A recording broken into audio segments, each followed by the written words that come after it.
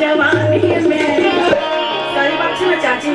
बड़ा हंसी लग रहा है बिना बुझाइए हमर बीतल है। एकरे ताली बजाओ कहे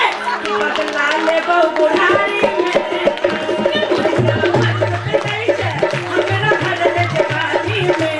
बदला ले बहु बुढ़ारी में ना के बुढ़िया पर दुख गई है। हमरा भरल जवानी में बदला ले बहु बुढ़ारी में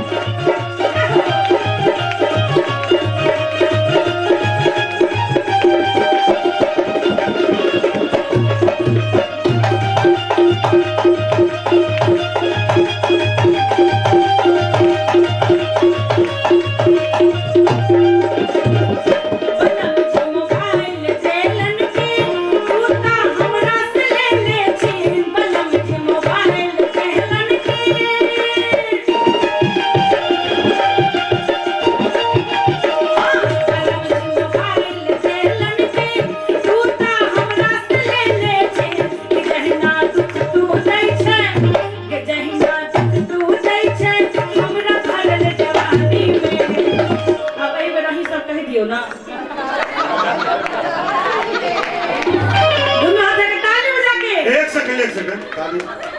एहन महापुरुषार्थ वाली साउस कतऽ पायल जाइ छै हुनका हम जाके पूछब छू लेबनि और ताले जाके कि बदला ले बुढ़ारी में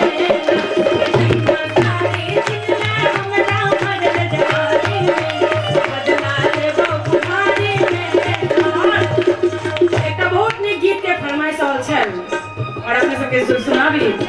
कि पनिया के जहाज से पल पनिया पानी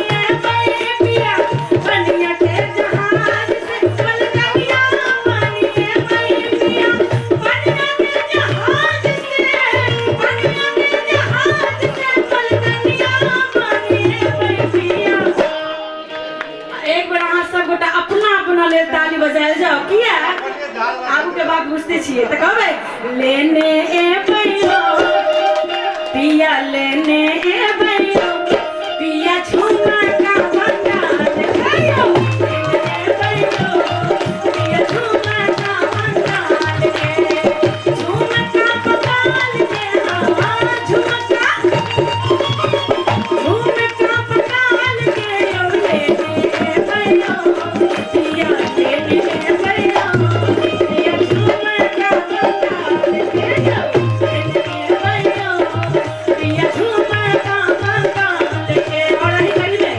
मिथिला रत्न श्रीमान राम सेवक ठाकुर जी के रचना जोड़ी जे हमर आवाज में अपने सब YouTube के माध्यम से ज्योति प्रिय मैथिली सिंगर टाइप पर सेहो सुन सकै छी त कहबै कहने रंगा मोगावा कवाने रंग मोतिया कहने रंगा मोगावा कवाने रंग मोतिया कवाने रंग मोतिया ननद भौजा के बड़ा सुंदर नोक झोंक बहुत सुंदर रचना अपने सबके नीक लागे तो एक बेर ताली बजा के सहयोग करबे कहबे अरे ना कौन रंग छोरा भैया के रंग कौन रंग छोरा भैया के रंग कौन रंग मोगावा कौन रंग मोतिया कौन रंग मोगावा कौन रंग मोतिया कौन रंग मोतिया अरे नंद कौन रंग छोरा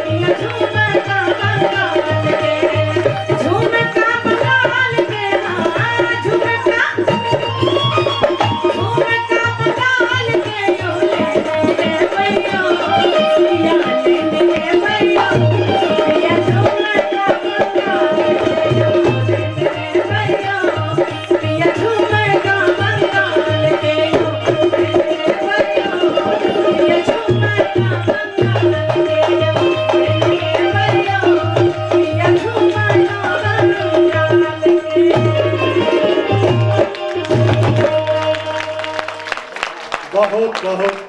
शुभकामनाएं।